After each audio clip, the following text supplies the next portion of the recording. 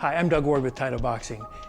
And I remember early on as a coach, I read an interview with Emanuel Stewart, the late great Emanuel Stewart, and the interviewer asked him a question about Tommy Hearns and how he transformed Tommy from an amateur fighter into the enormous puncher he was as a professional. How he earned him the name the Hitman, which was his ability to knock somebody out with one shot.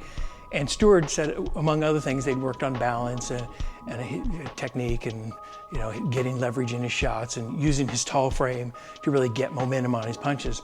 But he said the biggest thing that they worked on that he felt made him was he had Tommy squeeze his fist at the point of each impact. Every time he hit the bag, every time he hit an opponent, to really focus on squeezing his fist tight and making a fist, making it tight.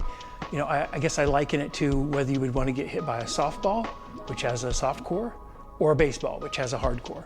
Well, the answer is obvious. So the idea is to get you punching with the intensity and hardness of a baseball and not a softball.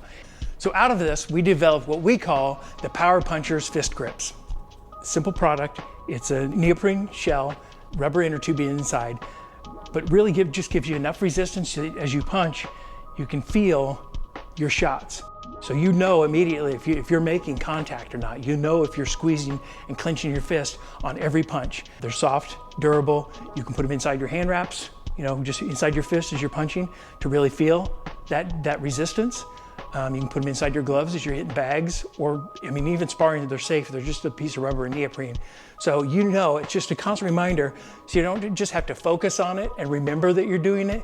You have something that will really ingrain that and make it a habit to squeeze your fist and get full impact every time you land on your opponent. So when you're using this technique and this tool effectively, it'll serve as a constant reminder to create a tight fist, a completely dense weapon when making contact, in order to get the ultimate results.